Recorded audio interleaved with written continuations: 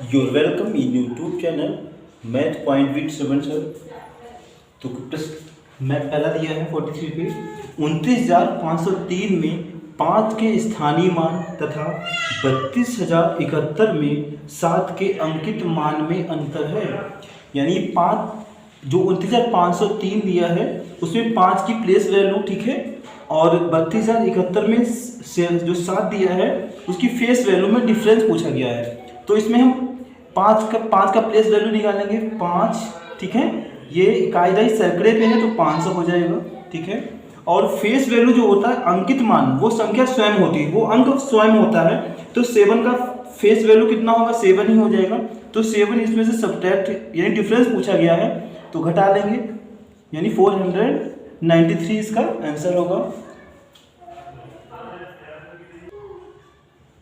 Next question ये है 44। यदि 30 ये दिया हुआ 30,028 इक्वल टू 28 इकाई प्लस 28,000 प्लस स्पेस दिया हुआ है दहाई, तब रिक्त स्थान पर संख्या है। जहाँ पे भरना है, यहाँ पे कुछ मतलब कोई संख्या फिल करनी है, वहाँ पे हम x मान लेंगे, ठीक है। अगर और ये लिखा है 30,028, ठीक है, 30,028 अगर यूनिट है तो हम 1 से मल्टीप्लाई कर लेंगे, ठीक है। यानी इकाई है तो 1 से गुणा करेंगे 28 एकम 28 हो जाएगा, प्लस 1000 तो 1000 से मल्टीप्लाई कर लेंगे तो 28,000 हो जाएगा, प्लस दहाई है तो 10 से मल्टीप्लाई करेंगे, यहाँ पे 10x हो जाएगा, 10x हो जाएगा। अब यहाँ पे इनको ऐड कर लेंगे और इसमें से घटा देंगे, ठीक है। ये 28,028 हो जाएगा, 28,028 जब इधर आएगा तो ये माइनस हो जाएगा, तो इसमें से हम 28,028 को सब्ट्रैक्ट कर लेंगे, 0, ये भी 0 बचा, 0 बचा, यहाँ 2 बचा, ठीक है। तो इधर कितना बच गया, 2000 बच गया, बराबर उधर 10x बचा, 0 से 0 कैंसिल हो गया, तो x की वैल्यू कितनी आ गई, 200 आ गई। तो इसका आंसर कितना हो जाएगा, 200 इसका राइट आंसर हो जाएगा। अगला क्वेश्चन यह है 45 में जब 80,808 को 108 से भाग देने पर प्राप्त शेषफल को 90,909 को 109 से भाग देने पर प्राप्त शेषफल से भाग दिया जाता है, तब भागफल है। ये कह रहा है कि पहले 108 से इसको डिवाइड करना है जो शेषफल प्राप्त होता है, ठीक है, और 90,909 को 109 से भाग करना है, उसमें जो रिमाइंडर प्राप्त होता है उनको आपस में डिवाइड करना है और भागफल बताना है। तो पहले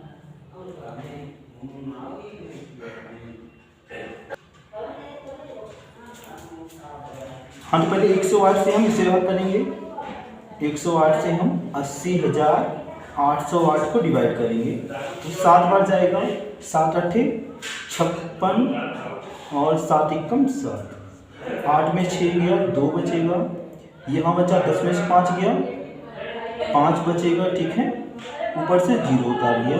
अब ये जाएगा 4 बार, 4 8 32, 4 बार 5 बार ज़्यादा हो जाएगा, 4 बार बचेंगे, 4 8 32, 4 एकम 4, 10 में से 2 गया 8, यहाँ 11, 8 3 11, ठीक है, ऊपर से उतार लिया हमने 8। अब ये 8 बार जाएगा, 8 है 64, 8 एकम 8, 8 में से 4 गया 4, 8 में 6 गया 2, तो कितना आ गया, इसका रिमाइंडर इधर का है 24, यानी 24 आया है। दिख रहा है, नहीं दिख रहा है, इसका रिमाइंडर इधर का 24 आया है। ऐसे हम 90,909 को 109 से डिवाइड कर लेंगे, यानी 109 से हमें डिवाइड करना है, 90,909 को डिवाइड करना है, ठीक है। तो ये 8 बार ले जाएंगे, 8 ने 72 और 8 एकम 8, 9 में से 2 गया 7, यहाँ से दहाई 10 में 7 गया 3, ऊपर से उतार लिया हमने 0, 3 ने 27, 3 बार ले जाएंगे, 3 ने 27, 3 एकम 3, 10 में 7 गया 3 बचा, यहाँ 6 में से 2 गया 4, ऊपर से उतार लिया हमने 9 उतार दिया, ठीक है। 4 नेम 36, 4 बार ले जाएंगे, फिर 4 नेम 36 और फिर 4 एकम 4, तो यहाँ पे रिमाइंडर कितना बचेगा, 3 बचेगा। ये कह रहा है कि दोनों को जो रिमाइंडर आए हैं उनको आपस में डिवाइड करना है, तो 24 को हमें 24 को हमें डिवाइड करना है 3 से और भाग पर पूछा जा रहा है, तो कितनी बार कटेगा 8, 3 8 24, तो 8 इसका राइट आंसर हो जाएगा, इसका आंसर 8 हो जाएगा। नेक्स्ट क्वेश्चन यह है, यदि 603 बराबर, यहाँ पे मल्टीप्लाई होगा, नहीं मल्टीप्लाई का चिन्ह होगा यहाँ पे, यदि 603 बराबर 28, देख ले कुछ मिस तो नहीं है यहाँ पे, इसमें कुछ गलती लग रही है, ये इक्वल का चिन्ह यहाँ पे है, ये इक्वल का है, ये मल्टीप्लाई का है। तो क्वेश्चन यह है, यदि 603 इंटू 28 बराबर 63 गुणे 4, फिर स्पेस दिया हुआ है, तब रिक्त स्थान पर संख्या है, यहाँ पे कौन सी संख्या आएगी ये बताना है, मल्टीप्लाई का चिन्ह है यहाँ पे, ठीक है। तो यहाँ पे हमने मान लिया कि यहाँ पे x है, ठीक। अब इसी में इधर अगर मल्टीप्लाई में होते हैं तो उसको हम काट सकते हैं, कट रहा है तो अगर कट रहा है तो 4 से कट रहा है, 4 7 28, ठीक है। फिर 7 से 63 कटेगा, 7 नेम 63, ठीक है। फिर 9 से 603 कट जाएगा, 9 से काटेंगे, 9 छाक 54, 9 छाक 54 बचा 54, 6 बचा, आगे 9 से 63, तो x की वैल्यू कितनी आ गई, x की वैल्यू 67, यानी वहां पे कौन सा नंबर होगा 67, 67 इसका राइट आंसर होगा। नेक्स्ट क्वेश्चन लिया 47, 200 और 400 के बीच में 30, 45 तथा 60 का सबसे छोटा, ये छोटा लिखा है यहाँ पे, छोटा सबसे छोटा सार्वगुणक डिवाइडेशन 15, 24 तथा 45 का सबसे बड़ा गुणनखंड बराबर है।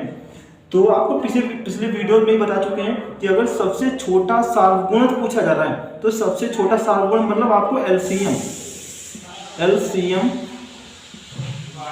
निकालना है, ठीक है। अगर सबसे बड़ा गुणनखंड निकालना है तो आपको एचसीएफ निकालना है, तो सबसे पहले इसका एलसीएम निकाल लेंगे। एलसीएम आप किसी मेथड से निकाल सकते हैं, ठीक है। एचसीएफ एलसीएम निकालने के बहुत मेथड है, कोई मेथड यूज कर सकते हैं, लेकिन हम आपको एक बता रहे हैं आप डायरेक्ट जल्दी कैसे करें। अगर आपको एलसीएम निकालना है तो जो बड़ा नंबर है, बड़ी संख्या जो है उसका टेबल पढ़ने लगो और उसका टेबल पढ़ते जाओ, लेकिन ये देखते जाओ अन्य संख्याओं से वो टेबल उसका कट रहा है नहीं कट रहा है। अगर जब भी ऐसा टेबल आ जाए, ठीक है, बड़ी संख्या का पहाड़ा पढ़ते जाओ, देखो 45 30 से कटने वाली संख्या मिल जाए, वही हमारा एलसीएम होगा।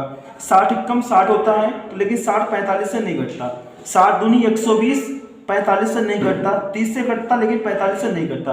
फिर 60 तियां 180 45 से भी कट जाता है, 30 से भी कट जाता है। तो एलसीएम कितना हो जाएगा इसका 180 हो जाएगा, ठीक है 180। लेकिन ये कह रहा है कि 200 और 400 के बीच में ही हो, ठीक है। जब कभी कंडीशन वैसे 30 45 60 से कटने वाली संख्या तो यही होगी 180, ठीक है। लेकिन अगर कोई कंडीशन दी है तो उस कंडीशन को भी हम फॉलो करेंगे। ये कह रहा है 200 400 के बीच में हो, तो जब भी कभी ऐसी कंडीशन तो इसका हम 2 गुना कर देंगे, ठीक है। तब भी नहीं मिलेगा तो 3 गुना करेंगे, 4 गुना करेंगे, हमको संख्या मिल जाएगी। तो 180 का 2 गुना करेंगे 360, ठीक है, जो इससे भी कट भी जाएगी इन संख्याओं से और 200 400 के बीच में भी होगी। तो ये हमारा पहले वाले का मान हो गया। फिर डिवाइडेशन यानी अपान करना है 15, 24 तथा 45 का सबसे बड़ा गुणनखंड। अगर आपको एचसीएफ फाइंड आउट करना है तो एचसीएफ में कोई ऐसी संख्या आपको बतानी है, बड़ी से बड़ी संख्या बतानी है जो इन तीनों को काट रही है, तीनों को काट सके। ऐसे कोई नंबर जो तीनों को काट, सभी संख्याओं को काट सके, वो कितना है वही आपका एचसीएफ होगा। तो इसमें खाली देखो 5 से तो ये नहीं कटेगा, ठीक है, तो 3 से ये भी कट जाएगा, ये भी कट जाएगा, ये भी।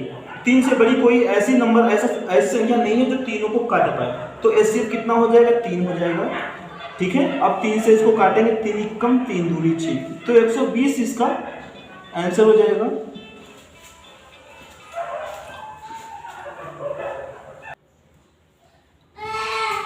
अगला प्रश्न दिया हुआ है 48, एक संख्या 100 के आधे से छोटी है, यानी 100 के आधे से छोटी है, तो 100 का आधा कितना होता है 50 होता है, यानी वो संख्या जो होगी वो 50 से कम होगी, ठीक है, 50 से कम होगी, 50 से कम होगी।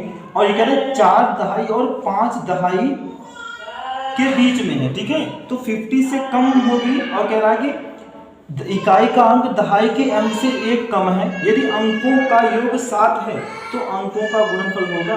तो 50 से कम यानी 40 से हम लाइन पढ़ेंगे। 40 में योग तो 7 है नहीं, ठीक है, तो 40 नहीं होगा। फिर कितना 41 लिखो, 41 ये भी योग 7 नहीं है, ठीक है। और फिर 42 ये भी 7 नहीं है। 43, ठीक है, इसका योग देखो 50 से कम है यानी 43, 50 से कम भी है और इसका योग कितना, ये कह रहा है कि योग 7 है, तो अंकों का योग 7 भी है। और यहाँ पे लिखा है इकाई का अंक दहाई से 1 कम है, इकाई का अंक दहाई से 1 कम भी है। सारी कंडीशन इसमें फॉलो हो रही हैं, तो यही वो नंबर है जिसकी बात कर रहा है क्वेश्चन में। अगर अंकों का गुणनफल होगा तो अंकों की हम मल्टीप्लाई कर लेंगे, 4 × 12 यानी 12 इसका गुणनफल हो जाएगा। अगला प्रश्न दिया हुआ है 49 पे, किसी विद्यालय में 360 विद्यार्थी हैं, ठीक है, जिनमें 2/3 लड़कियां हैं और शेष लड़के हैं, ठीक है। तो यानी 360 टोटल छात्र हैं, उसका दो लड़कियां कितनी हैं, इधर हमने गर्ल्स करनी है, इधर हमने बॉय, ठीक है। 2/3 तो 360 का 2/3 निकाल लेंगे। लड़कियां जो है वो 2/3 हैं, तो 2/3 कितना हो जाएगा, 3 से काटेंगे, 3 दूनी 6, 12 दूनी 24 यानी 240 तो लड़कियां हो गई, ठीक है। तो कि जो बचेंगे वो लड़के बचेंगे, घटा लेंगे, ये बचेगा 120 यानी जो लड़के होंगे वो कितने होंगे 120, ठीक है। अब कह रहा है कि लड़कों की संख्या के 3/4 यानी लड़के 120 हैं, थोड़ा बड़ा बड़ा लिखते हैं यहाँ पे, लड़के 120 हैं। अब कह रहा है लड़कों की संख्या का 3/4 खिलाड़ी हैं, जो खिलाड़ी हैं वो इधर लिखेंगे यानी खिलाड़ी, ठीक है। और जो खिलाड़ी नहीं है, खिलाड़ी नहीं, ठीक है, वो हम इधर लिखेंगे। कह रहे खिलाड़ी कितने हैं 3/4, तो 120 का 3/4 करेंगे, 120 का 3/4, 4 × 12, 30 × 90, तो 90 जो है वो खिलाड़ी हैं, 90 क्या है खिलाड़ी हैं। ये कह रहा है खिलाड़ी नहीं, जो खिलाड़ी नहीं है उनकी संख्या बतानी है। टोटल 120 है, तो 120 में से 90 को हम सब्ट्रैक्ट कर दें, कितना 30 आ जाएगा। तो 30 ऐसे छात्र हैं, ऐसे लड़के हैं जो खिलाड़ी नहीं है, तो 30 इसका राइट आंसर होगा।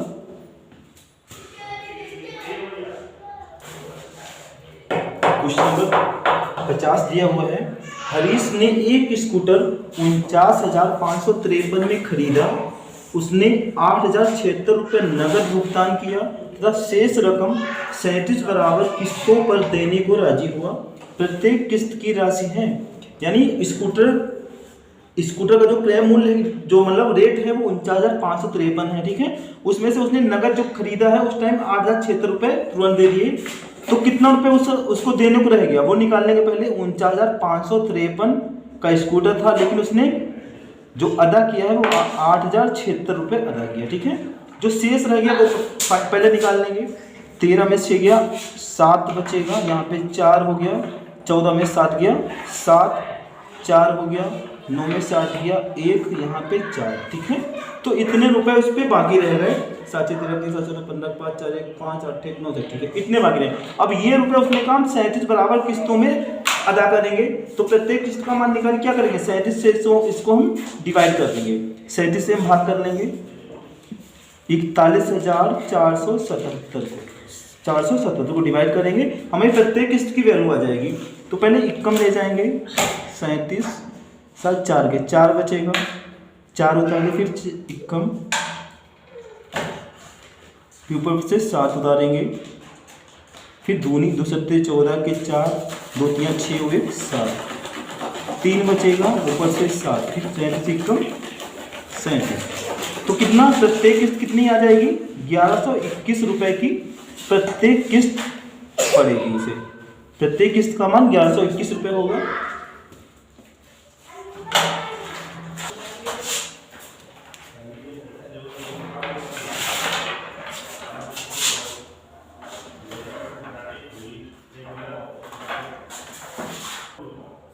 तो अगला क्वेश्चन दिया है 51 नंबर, एक रेलगाड़ी हैदराबाद से शुक्रवार को समय 13:13 पर चली और शनिवार को बंगलुरु 7:30 पर पहुंची। यात्रा में लगा समय था, यानी यात्रा में टोटल कितना टाइम लगा, ये शुक्रवार को चली है वो, शुक्रवार को और 13:13 यानी दोपहर के जो 12 बजते हैं उसके बाद में जब 1 बजता है, ठीक है, उसी को रेलगाड़ी में जो टाइम होता है वो मतलब वो घड़ी 13 दिखा शो करती है, लेकिन वो 1 होता है। 13 का मतलब 1:13 यानी 1:13 पर चली। ये दोपहर का टाइम हो गया।